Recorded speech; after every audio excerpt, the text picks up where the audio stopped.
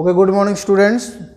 Today we'll discuss about the types of computer.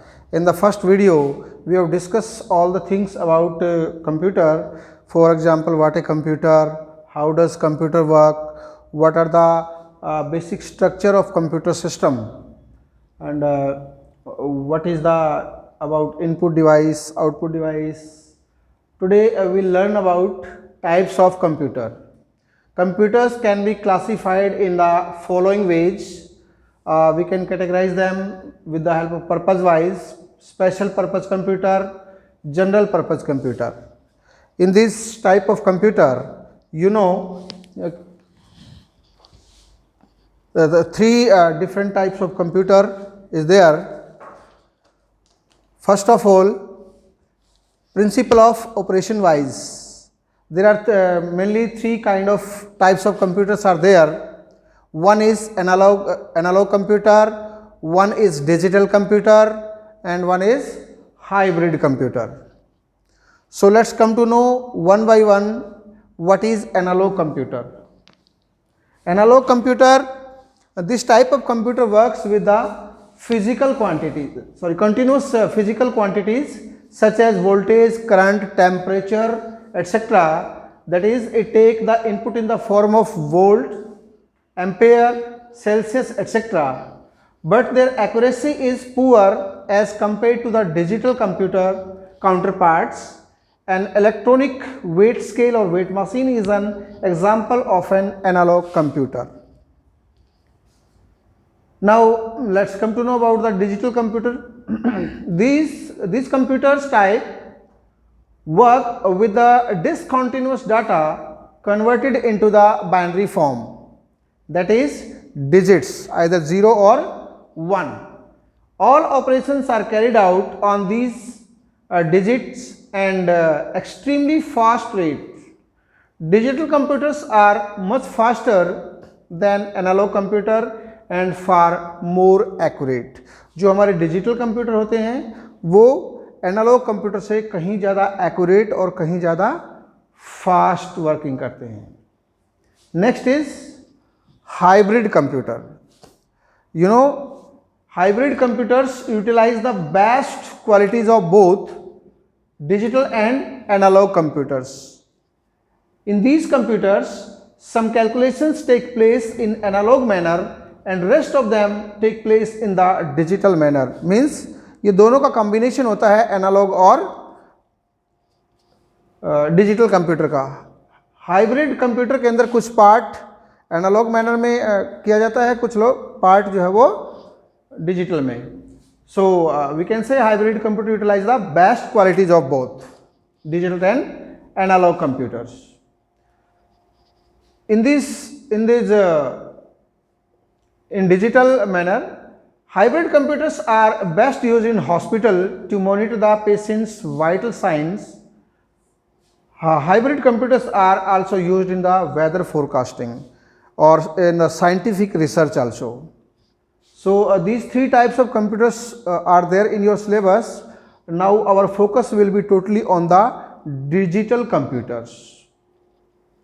Now let's come types of digital computers. Digital computers can be classified into the different categories. Just suppose first is embedded computer, second is microcomputers, or we can say personal computer or PCs, laptop, desktop, workstation, mini computers, mainframe computers, and supercomputers. Let's come to know one by one what are the different type of computers, because totally digital computers should be in your focus. So very first, embedded computer. Embedded computer में क्या होता है कि इस type के जो computer होते हैं उसके अंदर एक सर्किट जोड़ दिया जाता है. जैसे कि अपनी वॉशिंग मशीन होती है, तो सच टाइप ऑफ कंप्यूटर्स उसके साथ इलेक्ट्रिक सर्किट जोड़ दिया जाता है. तो इस तरह के कंप्यूटर जो वो एम्बेडेड कंप्यूटर कहलाते हैं. सेकेंड टाइप के जो कंप्यूटर हैं वो है micro computers.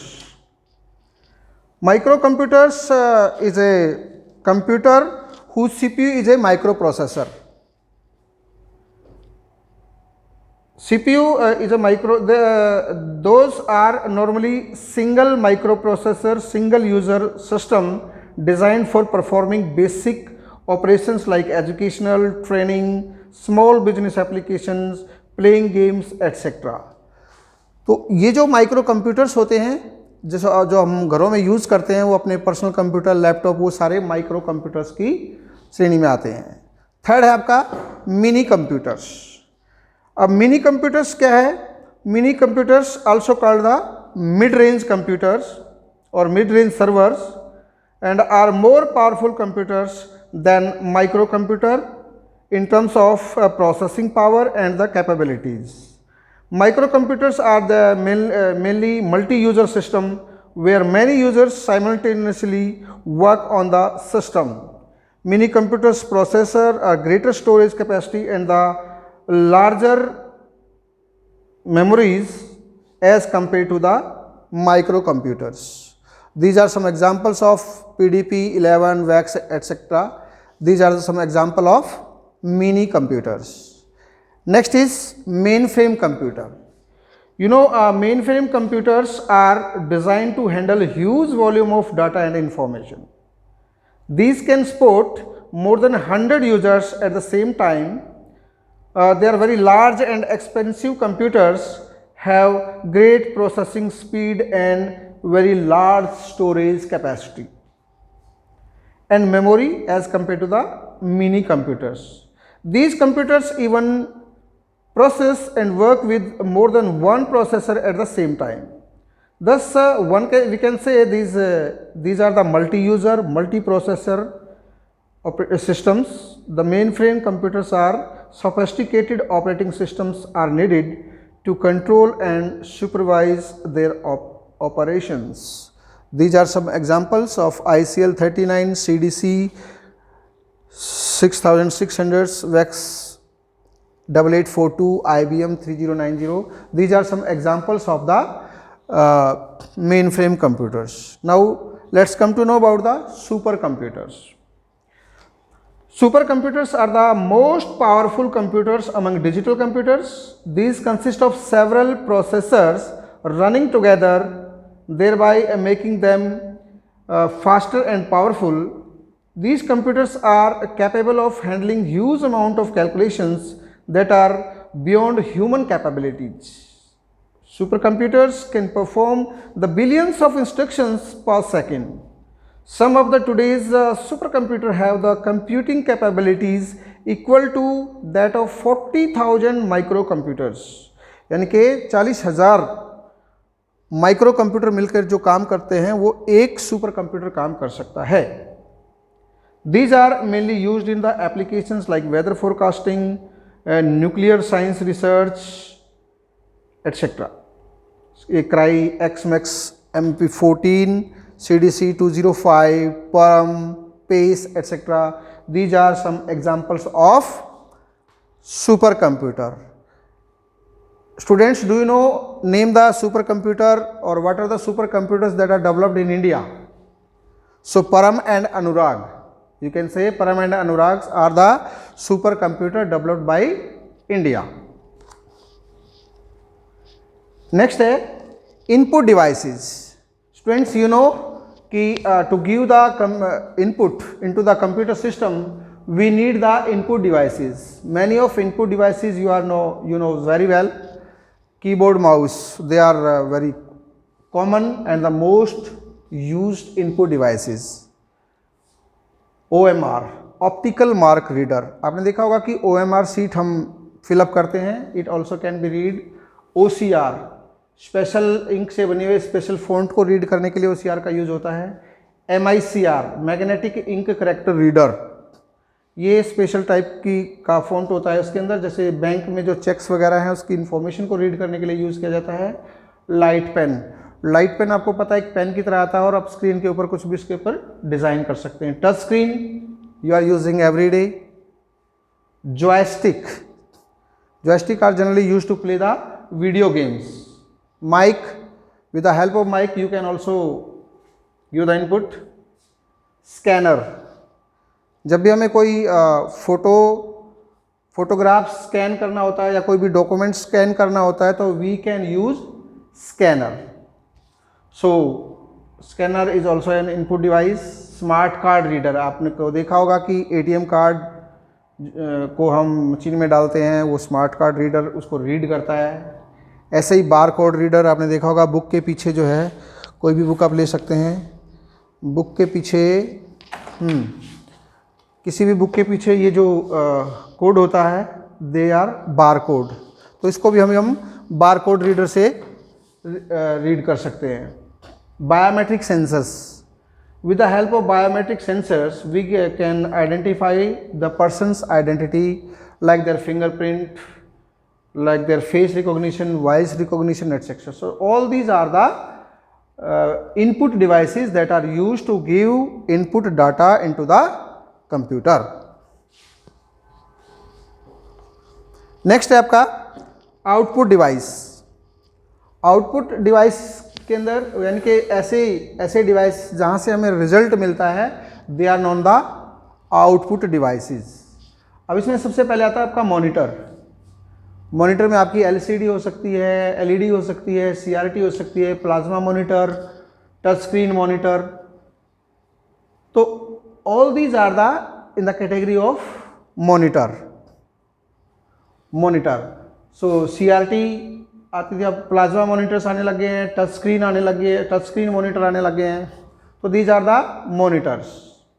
Apart from this printer, आपको पता है कि जो कुछ भी डाटा हम कंप्यूटर में सेव करते हैं या कंप्यूटर में जो होता है हम उसको प्रिंट कर सकते हैं with the help of a printer. So printer is an output device use to take the print out on the paper.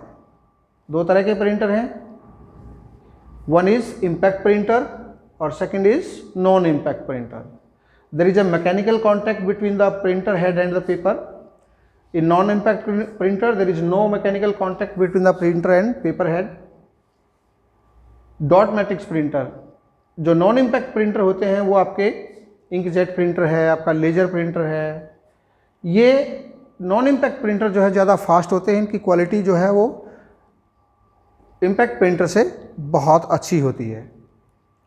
Plotters, आपको देखा होगा कई बार आपको हाई क्वालिटी का ग्राफिक्स आउटपुट चाहिए तो उसके लिए आपको प्लॉटर्स यूज़ किए जाते हैं, जिसमें बड़े बड़े बैनर्स वगैरह सब कुछ बनता है, राइट।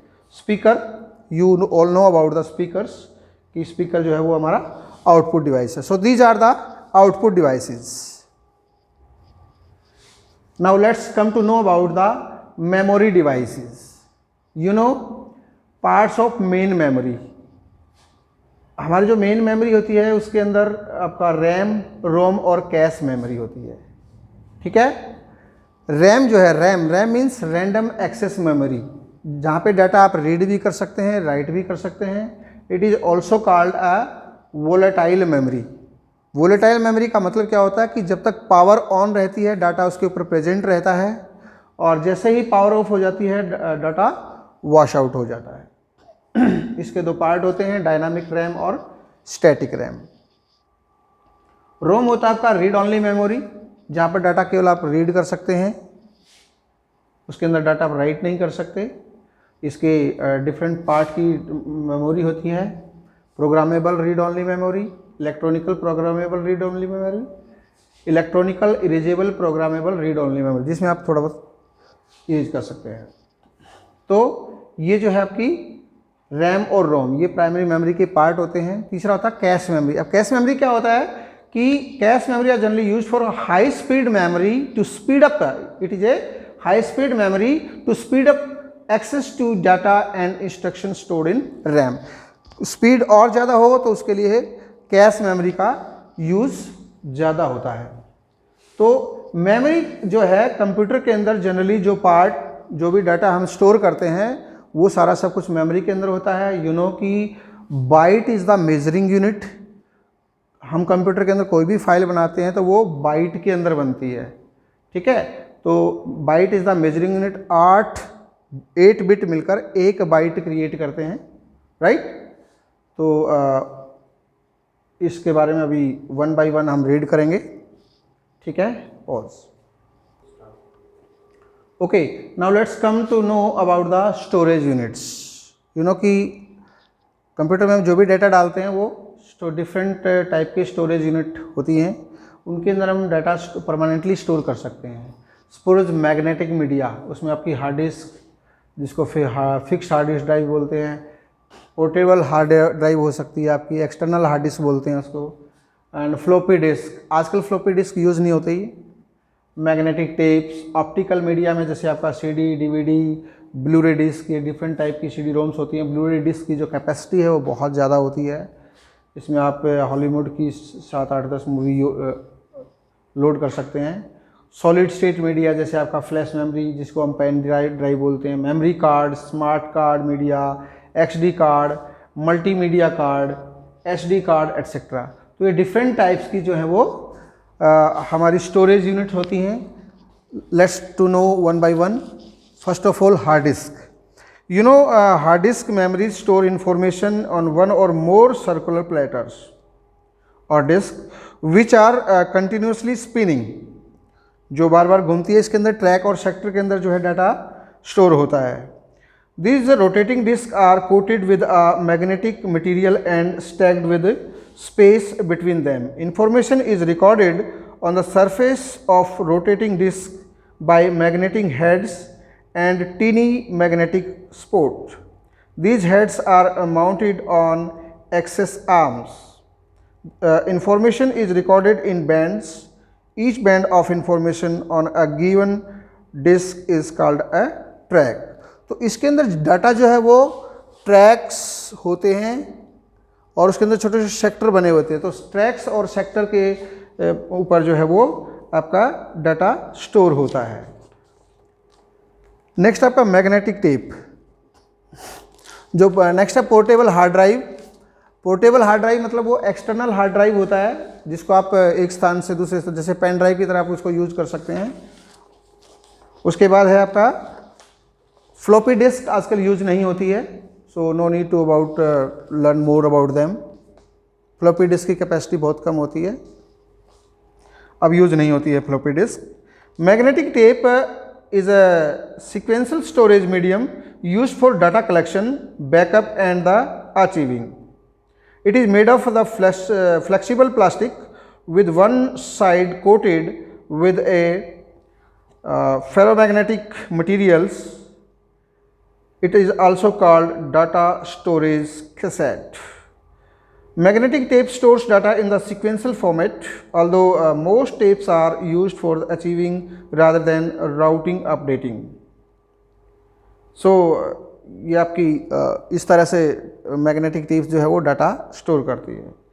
उसके बाद है optical storage media. Optical storage devices save the data as patterns of dots that can be read using light.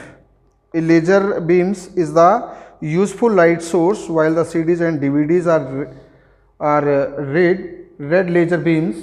The Blu-ray disc use the blue laser beams. So CD-ROM, DVDs, Blu-ray disc, they are also called the optical medias. And one new things you have already listened about the CD-ROM and DVD-ROM.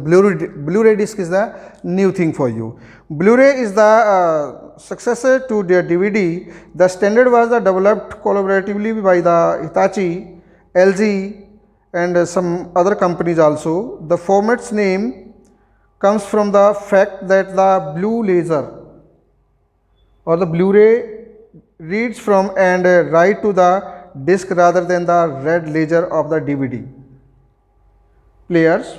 The blue lasers has a 405 nanometers nm wavelength that can focus more tightly than the red laser used for the writable DVD. इसकी capacity जो है वो बहुत ज़्यादा होती है। These days Blu-ray disc capacities 225 GB, 50 GB are commonly available. Next है solid state media. Solid state media means no moving parts. Solid state storage devices are based on electronic circuits with no moving parts, यानी कि no roll of tapes, no spinning disc, no laser beams etc. that are solid state storage devices store data using special type of memory called flash memory. Common solid state memory devices are, you know, pen drive, memory card, different memory cards, smart card reader, you know, XD card, SD card, multimedia cards. Okay, so these are the cards used for the storage. Next, come to know about the communication bus. Communication bus means होता है collection of wire that transmit, collection of wires that transmit binary numbers 1 bit per wire. Address bus,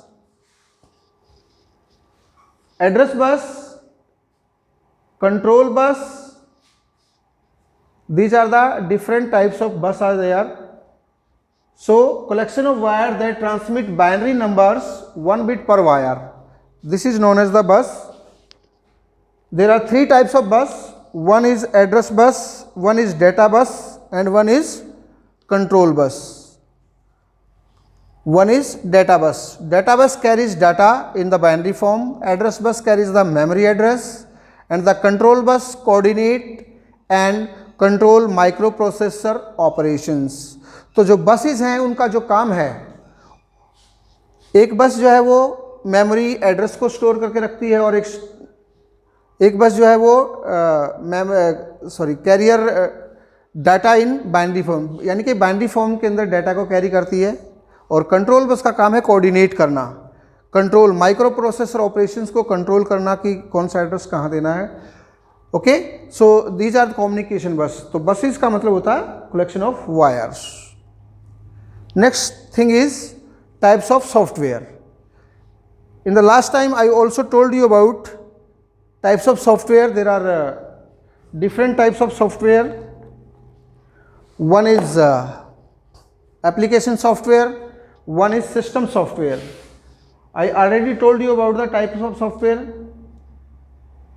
Operating system, I already told you कि operating system is a program that control the overall operation of a computer. It also provide the user interface between user and computer. Language processor जो है वो मैंने बताया था कि आप जो भी लैंग्वेज में किसी भी प्रोग्राम को लिखते हैं उसको अपने कंप्यूटर अंडरस्टैंडेबल फॉर्म में कन्वर्ट करता है. इसी तरह से एप्लीकेशन सॉफ्टवेयर को हम डिफरेंट कैटेगरीज में डिवाइड कर सकते हैं. पैकेज वर्ड प्रोसेसिंग सॉफ्टवेयर, जहाँ पर आप वर्ड प्रोसेसिंग सॉफ्टवेयर जो है जहाँ पर आपको वर्ड से रिलेटेड कोई भी काम करते हैं. स्प्रेडशीट सॉफ्टवेयर है, एक्सेल की कोई भी शीट क्रिएट करते हैं तो, या DBMS डाटाबेस मैनेजमेंट सिस्टम जहाँ पर आप डाटाबेस क्रिएट करते हैं, उसके अंदर जो है ये सारा पैकेजेस के अंदर आता है. कुछ होते हैं आपके यूटिलिटी सॉफ्टवेयर. यूटिलिटी सॉफ्टवेयर में आपका टेक्स्ट एडिटर, बैकअप यूटिलिटी, आपका सिस्टम में कोई खराबी आ जाए, कुछ प्रॉब्लम आ जाए तो वहाँ से आप बैकअप ले सकते हैं. कंप्रेशन यूटिलिटी, कंप्रेस कर सकते हैं, कोई बहुत बड़ी फाइल है उसको छोटे, उसका साइज़ चेंज कर सकते हैं. डिस्क फ्रेगमेंटर में क्या होता है कि एक हार्ड डिस्क के अंदर जो स्पेस होता है वो डिफरेंट सेल्स के अंदर डिवाइड होता है, डिफरेंट सेक्टर के अंदर डिवाइड होता है. तो कुछ फाइल किसी सेल सेक्टर पे जाके स्टोर हो जाती है. तो जैसे रूम में हम कोई एक यहाँ डाल देते हैं, कोई दूसरी जगह, कोई तीसरी जगह, तो क्या होता है पूरा रूम भरा भरा सा लगता है. तो अगर हम सारा जो सामान है वो एक तरफ कर देंगे तो बाकी का रूम में स्पेस हो जाएगा. इस तरह से फ्रेगमेंटर में क्या करते हैं, हम सारा का कुछ स्पेस जो है वो जो फील्ड स्पेस है उसको एक तरफ कर देते हैं और ब्लैंक को एक तरफ कर लेते हैं. एंटीवायरस सॉफ्टवेयर है कि आप इंटरनेट पे काम करते हैं कि we can use the antivirus software to protect your system from the virus. कुछ आपके बिजनेस सॉफ्टवेयर होते हैं, कुछ आपके बिजनेस सॉफ्टवेयर होते हैं जो कि आपको बिजनेस पर्पज़ से यूज़ करते हैं, स्पेशली बनवाते हैं कि हमें ये काम करना है, उस तरह का सॉफ्टवेयर जो है बनता है. तो इस तरह से ये आपके डिफरेंट टाइप्स के सॉफ्टवेयर होते हैं। Next, port. Ports are used to connect external devices to the computer. अगर हमें कंप्यूटर के साथ कोई भी हार्डवेयर अटैच करना है तो उसके लिए हमें पोर्ट्स की ज़रूरत होती है। आपने देखा होगा कंप्यूटर के पीछे भी काफ़ी सारी पोर्ट होती हैं, ठीक है। उसमें आपकी सीरियल पोर्ट, जहाँ पर एक बिट पढ़वाया जाता है। पैरेलल पोर्ट में आप पैरेलली कई सारी बिट यानी कि लगभग 8 बिट जाती हैं।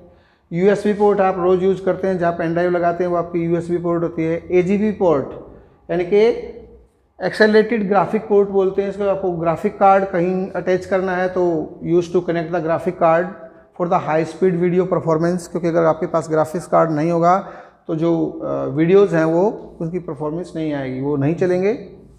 आईआर पोर्ट, इंफ्रारेड पोर्ट, जो कि आपने देखा होगा आईआर पोर्ट जो है वो रिमोट कंट्रोल्स में यूज होती है। ब्लूटूथ, आप जानते हैं ब्लूटूथ के बारे में, सभी यूज़ करते हैं कि वायरलेस पोर्ट है एक प्रकार से। नेटवर्क पोर्ट, जहाँ पर आप वायर लगाते हैं अपने नेटवर्क की, वो वायर नेटवर्क पोर्ट होती है।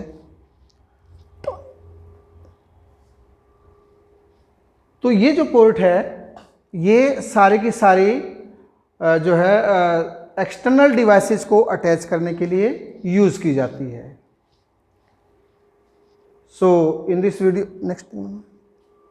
Video you come to know about the different types of software, different types of memory devices, different types of input devices, different types of output devices. Because you know ये सारी चीज़ें मिलके ही हमारे पास होती हैं, तो इनका अपना अपना रोल होता है, तभी हम कंप्यूटर पे काम कर पाते हैं। अगर हमारे पास कीबोर्ड माउस नहीं है तो फिर हम वैसे काम नहीं कर पाएंगे, कैसे हम कमांड देंगे। अगर हमारे पास मेमोरी नहीं है तो हम डाटा को सेव कैसे करेंगे। So all these things are required. अगर सॉफ्टवेयर नहीं है तो हम काम कैसे करेंगे बिना सॉफ्टवेयर के। तो it is a combination of software, hardware, all the things, तभी हम जाके कंप्यूटर में काम कर पाते हैं, ठीक है। ये पोर्ट्स हैं वो जनरली यूज्ड होती है अपना कोई भी स्टोरेज डिवाइस, कोई भी डिवाइस जो है वो एक्सटर्नली अटैच करना है हमने कंप्यूटर के साथ। और कंप्यूटर की टाइप्स आपने इसमें पता की कि कंप्यूटर हमारे 3 टाइप के होते हैं, डिजिटल कंप्यूटर और हाइब्रिड कंप्यूटर और analog computer. As you come to know कि एनालॉग जो कंप्यूटर है वो फिजिकल क्वांटिटीज़ के ऊपर काम करते हैं, डिजिटल कंप्यूटर जो है वो डिजिट्स के ऊपर काम करते हैं, बाइनरी डिजिट्स के ऊपर काम करते हैं, ठीक है। और जो हाइब्रिड कंप्यूटर होते हैं वो हमारे कॉम्बिनेशन होते हैं दोनों का। तो इस तरह से जो बेसिक फंडामेंटल्स है कंप्यूटर का वो अभी आपने सीखा है। तो रिवाइज करते रहिए, इनको रीड करते रहिए, वीडियो को वॉच करते रहिए। और अगर कोई भी आपको प्रॉब्लम है, परेशानी है, तो आप कांटेक्ट करके आप पूछ सकते हैं। बुक की help, you can take help from the book also, because this is a huge topic. आप जितना पढ़ते जाएंगे इसके बारे में, उतनी आपको इसकी ज़्यादा नॉलेज मिलेगी। ओके, आई होप कि you all the students familiar with all these fundamentals of the computer, basic terms of the computer. Thank you.